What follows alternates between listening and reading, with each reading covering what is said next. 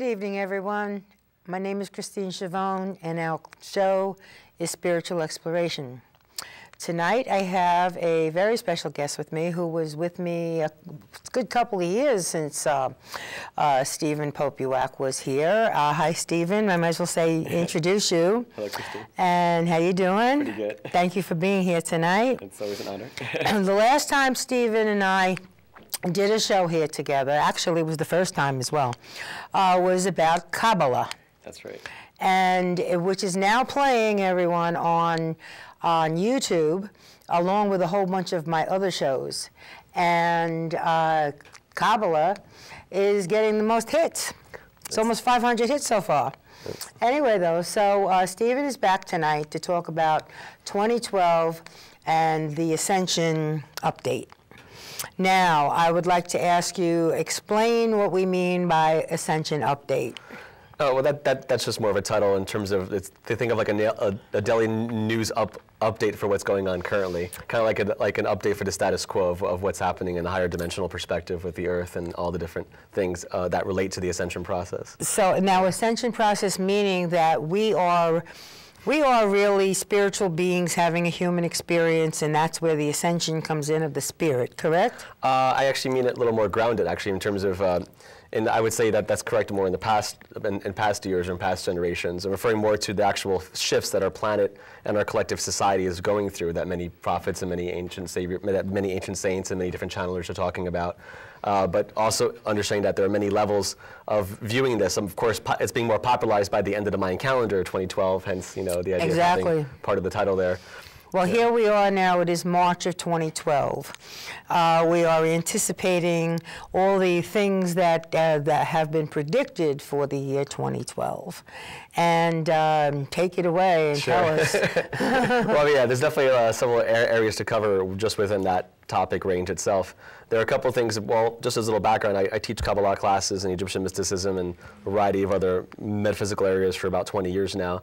So I do a lot of channeling work with different angels, different spirit guides, different higher light beings who are not native of this particular planetary domain, let's just say, higher galactic light beings. So you're in touch with all these beings? At different times, absolutely, yes. Yeah. And some of the visitations are very intense. I mean, very visceral. It's not just in my head, so to speak. You know, it's very moving. And energy work I do with clients is also about facilitating their connection to their higher self, as well as to their connection to these higher domains, where they can experience the presence of these divine beings and higher consciousness levels of reality. So in other words, anybody that really wants to be with a little bit of prep work can. Absolutely, oh, definitely, especially now. Everything is happening at such a quickened pace because there are new frequencies that are coming onto the planet, as well as the fact that the Earth itself is a living conscious being, as we know. Many times you can call it Gaia in terms of a feminine side, but the actual planet itself is evolving and is very self-aware, of course, otherwise we couldn't have all these forms of life on the body if we didn't have a living consciousness here. It's not just a ball of chemicals like our body, that would be equivalent to calling our physical body just, you know, a mass of chemicals. That's true, yeah. So the consciousness that inhabits this planet is really going through an evolutionary shift herself. So it's not just a level of consciousness rising for collective humanity, but the planet itself. And this is dovetailing with a lot of different cycles that have been predicted by different shamanic groups over the years, different indigenous tribes, such as the Mayans. And although there have been a lot of different perspectives on what it exactly means in terms of the end of 2012 and what happens on December 21st. For me, it's not just about one lock-in date. You know, it is more of a continuum, and part of their philosophy was that it's the end of the nature of time as we know it. And that's very important. There's not enough emphasis being given about the nature of time from a multidimensional perspective. And the importance of looking at it so that we can understand how this consciousness shift is actually going to materialize and change our entire society. We can also see some shifts occurring right now, of course, and there are some astronomical things that are happening that people are getting more attentive to, such as the solar storms, a lot more solar activity that our scientists are discussing, but they're still viewing it more from a 3D perspective on the harms that it might create to our satellites or to our cell phone networks, or things like that, you know, a very base level interpretation. Oh, God forbid it should hurt our cell phone networks, right? Exactly. Or our power grid, for example, be more up, but there are precautions being put in place. But there are several astronomical things going on, and there's shifts that are occurring in our relationship to time becoming less linear in terms of our point-to-point incremental perspective of how we normally think of our lives. I'm sure a lot of people who are viewing this as well have had moments where 5 minutes passed, but really felt like an hour, or the opposite. Like, what happened? Like 3 hours passed, but I thought it was 20 minutes. Yeah. This idea of the fluidity of time. It's not just a consciousness thing that is psychological. It's an actual shift in the nature on a quantum level of how we relate to time. And this is happening on a collective level because the entire planet is being exposed to higher frequency fields of information. And that has to do with several astronomical factors as well as different cyclical factors in terms of the calendar of how long humanity has been experiencing this Earth school, so to speak, and where Gaia is in terms of her own desire to move to the next level of providing an environment for the next level of consciousness where beings can embody unconditional love on a very grounded level and have an entire society based upon those principles. Do you think that kind of thing is going to happen here? Absolutely. Although right now it seems kind of hard to imagine that. Just because of all saying. That's why I'm asking. Doesn't seem like it. Well, it's not going to happen necessarily overnight, but I would say that in the next couple of years, I would say by 2015, I would say by summer 2015, you're going to notice a tremendously different society. I mean, I'm not just saying everything is going to happen at the end of this year, because... For the better? Oh, tremendously. I guess maybe there's two ways to discuss it. First, discuss maybe a little bit of the astronomy, then we can go into... Whatever you like. Yeah. Just a little quick synopsis, because there are people who are talking about aspects of this, and you can find more research out there. One of the most undercovered stories I feel astronomically happening is the fact that we're entering into a local dust cloud, they call it. That's the astronomical term. It's a large interstellar dust cloud that our solar system is going into for the next 2,000 years. And that's from mainstream science. It's not channeled stuff. That was discussed since back in the 90s by a lot of Western astrophysicists here, but then it got kind of quiet. And a lot more research was carried on by those scientists in Russia. And there was actually one book that actually included a chapter of it. It's called Apocalypse 2012. Lovely, catchy title. But in that book, it's written by a guy who actually ran a little Defense Department contractor out in New Mexico. Can't think of his name at the moment, but it's Apocalypse 2012, and he has one chapter in there dedicated to the Russian research on the shifts going on in the sun, as well as the interstellar dust cloud, which I was so happy when I saw it because I had been researching it and discussing it for years, and no one had really written about it yet at that point, except for him, that I'd been aware of at least. And so basically, a little synopsis of it is that this dust cloud, which was formed from material that, like all planets and stars are formed from, after stars go supernova, they release huge amounts of gas. So our interstellar space is not just one giant void. And what is supernova? Basically, when a star explodes at the end of its life, okay, it releases copious amounts of gas, of plasma gas. And does that gas reach us here on Earth? Well, everything is moving. Like obviously, as we're moving around the sun, and the sun is moving around the galaxy, around the galactic center.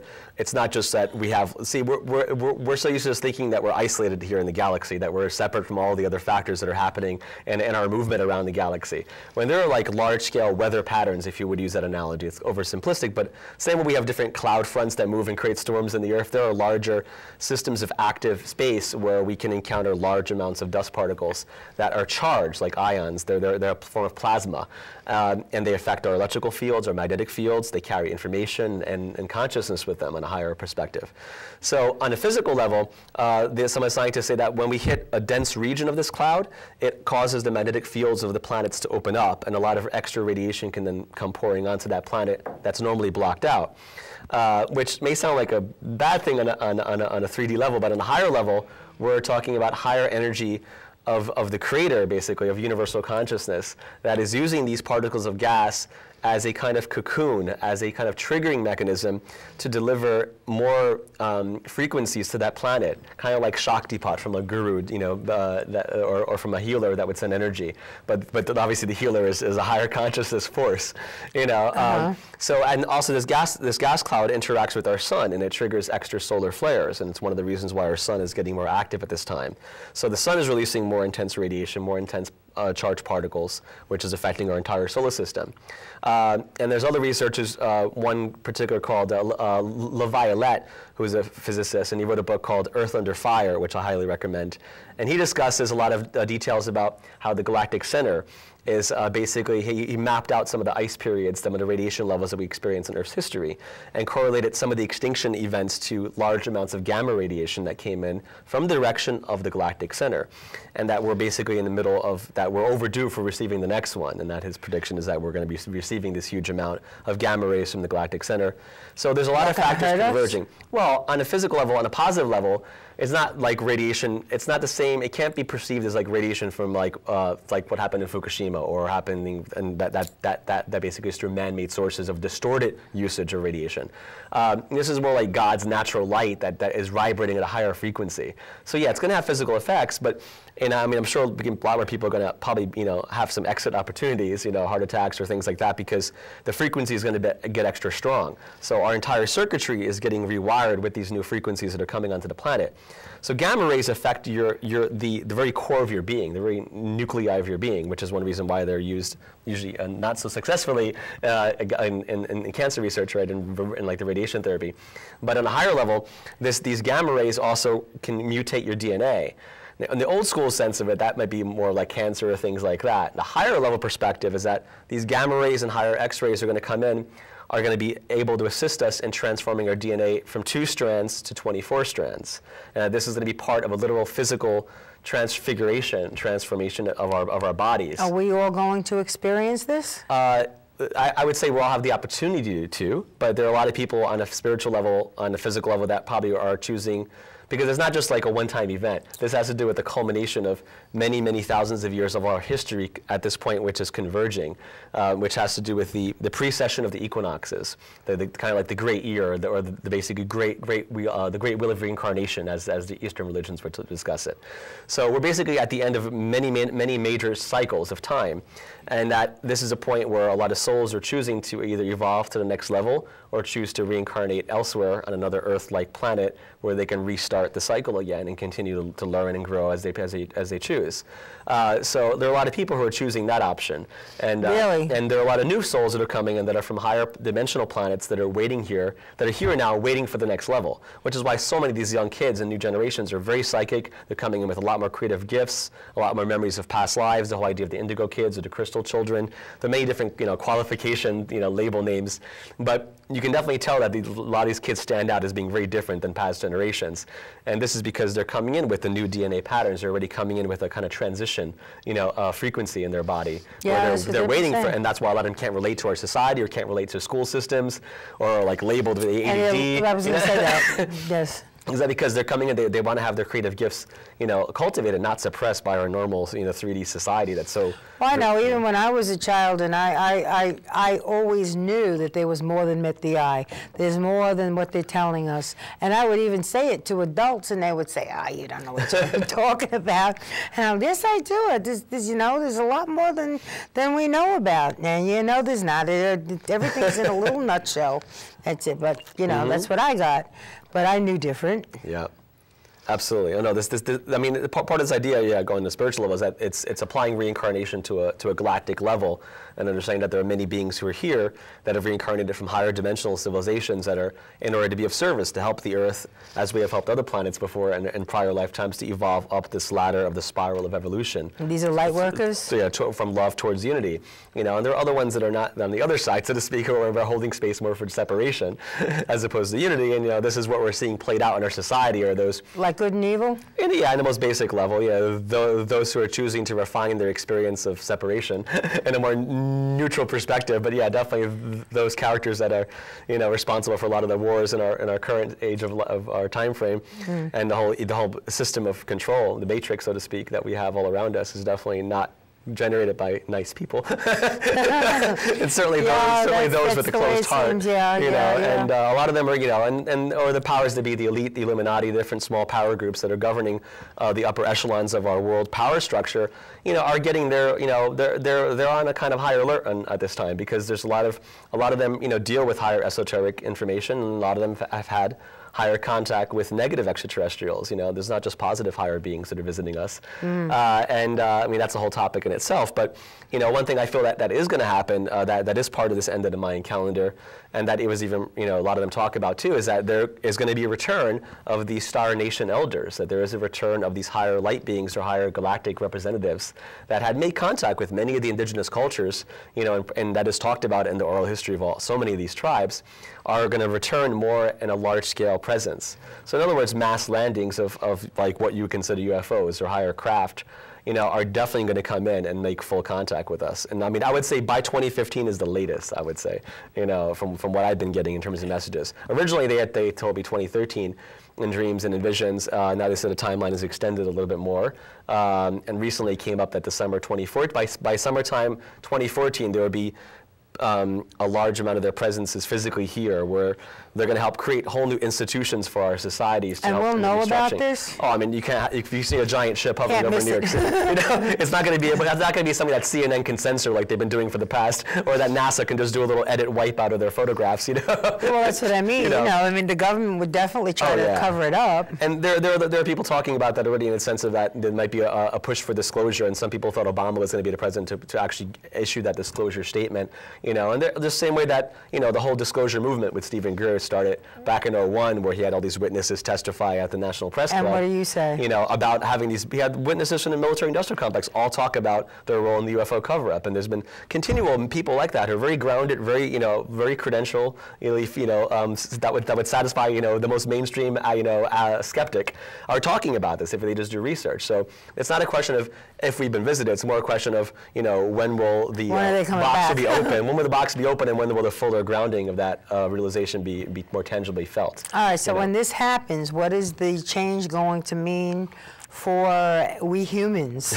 Well, I mean, part of the timing is that it's all synchronizing, like I said, with the end of a major cycle, with these astronomical influences where there'll be extra radiation coming in, which is creating changes as well, physical changes on the planet. I mean, this past year, I'm sure you can do like a YouTube search for like strange lights and strange sounds that have been popping up at different parts of the world that people have been videotaping. I mean, some of them are obviously sketchy, but other ones are quite real, and some of them have been accompanied with UFOs, but very strange amounts of bright lights have been seen in different cities simultaneously around the world.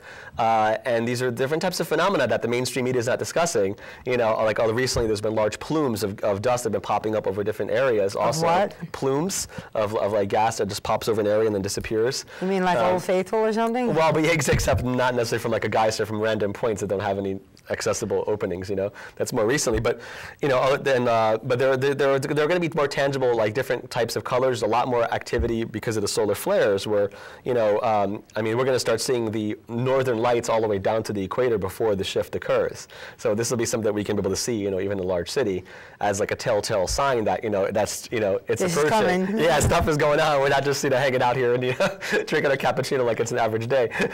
Well, but now, so obviously, you know, but obviously when the higher UFOs or higher craft come down, I mean, they want to come down to synchronize with periods of that energy, so as to help us adjust to that realization that, okay, you know, we've been back, that we watching, you know, our civilization for long enough, you know, but and our governments and powers that be have tried to slow down. We would have had contact many years ago, but the powers that be have consistently blocked out that ability, or harassed people that have made contact, you know, with their shadow black op, you know, equipment, or they've tracked different people that have made contact, harassed them, all different stuff that's going on behind the scenes that people don't really realize in the mainstream because it's so outside the, you know, the tunnel vision of our mainstream society. You know, so what's going to happen when all this happens? How are people going to react? How are they going to feel? Are they going to understand? Are they going to... I just can't wait till it happens. I mean, it'll certainly be a fun show to watch at that point. I mean, it'll be the best reality show. Just look outside. I mean, obviously, there's going to be mixed reactions, but I think people are underestimating the degree of readiness of a lot of the masses. And you can see Hollywood trying to like steer some of the movie systems towards, you know, unfortunately, they've been doing it this past year much more towards the negative side. You know, trying to look at the idea of negative aliens. You know, like, the new invasion. You know, every few months there's been like an invasion movie coming out. If you've noticed that.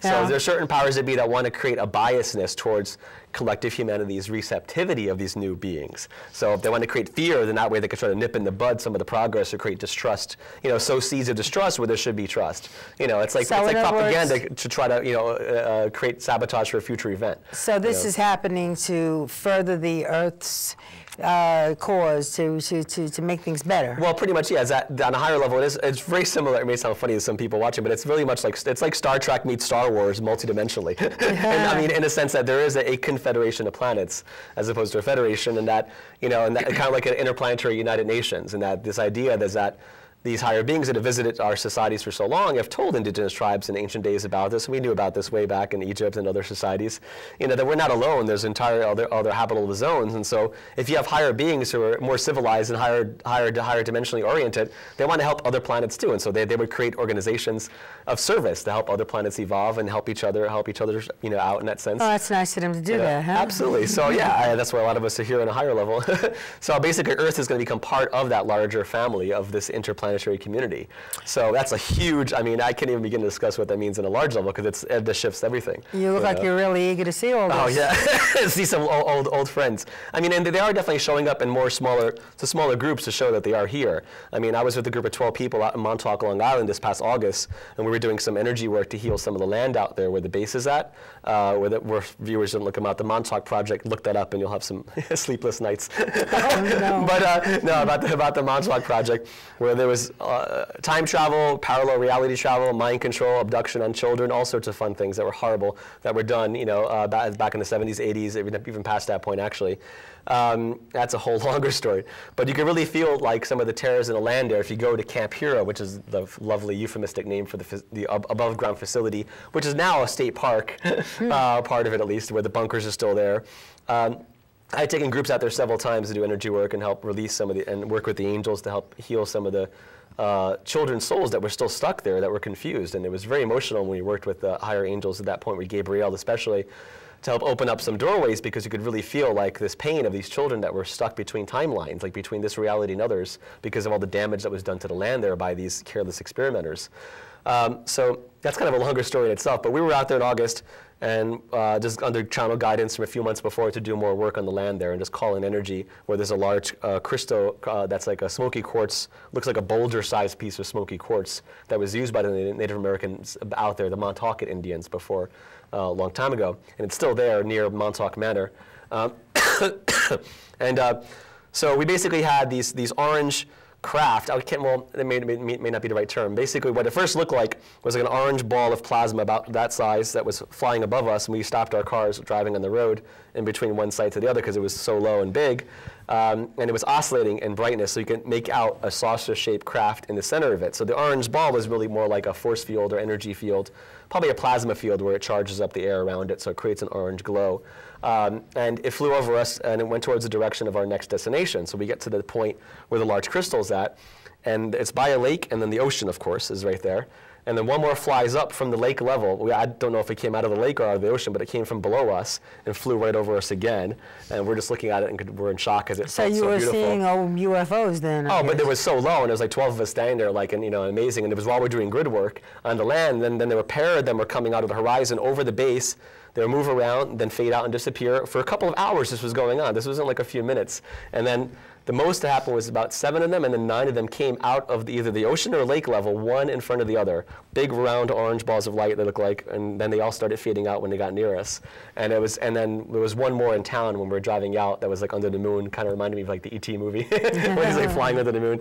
But it was a really nice grounded confirmation that, and then we found some other video of somebody online who about a year before had photographed 1 or 2 of these orange balls out there as well. So do you think that we're going to start seeing sites like this? Oh, it's happening more and more around the world, but the mainstream's not covering it. But it's going to happen to the point where they cannot help but to cover it because it'll be everywhere. And it's not, like I said. So this is just a small taste of what's to come, and they're really wanting to respond to people's consciousness. Their intention to invite them, to work with them, to be seen, and to help us out, So if we do see these kinds of things, then we shouldn't be afraid. Well, obviously, if you put the intention out only the positive ones, they only want to be visited by the highest love and light. We hope. Yeah, it starts with your intention setting, obviously, and your asking your spirit You mean guides. the collective consciousness? Well, no, your personal intention as well.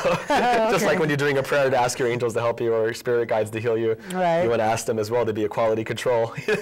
No, just send the good UFOs. Yeah, only the positive extraterrestrials, the higher light beings. But I'd like to discuss more about the time factor, because I think like the idea of time is important here. Go ahead. Because it's been a really important message lately coming up in some of the group work I've been doing. I'm sure the reference point. Okay, part of it has to do with, now I'm sure a lot of people who are watching this are familiar with how different groups would do healing work. Different light workers will do healing work on sacred sites like Sedona or Mount Shasta, or where people will go different areas and they'll do ceremonies or rituals to tap into the energy of the land, or do stuff to help heal the planet or send light out to other areas of the planet. So that's more of like a traditional area of it. There's another level coming in where it's not so much just about working with this particular space or a specific geographical point, but understanding that this healing process that's happening basically has to do with the kundalini of the earth, which is rising.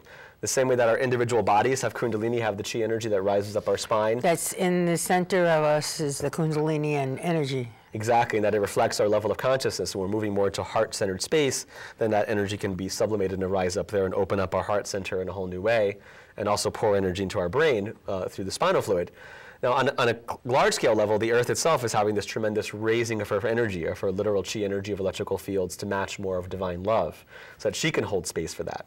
So the same way that we would work on healing our own memories of our earlier childhood, for example, or different traumas or imprints that we've experienced so that we can move forward once we've healed those past pains. The planet is doing the same thing. She's undergoing a tremendous kind of chelation therapy, if you would.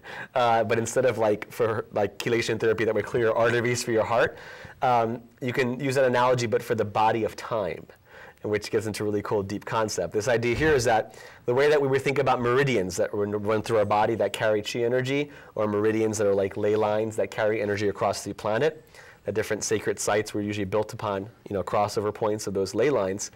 There are also meridians that are more about that are connected more to this idea of time, to the body of time.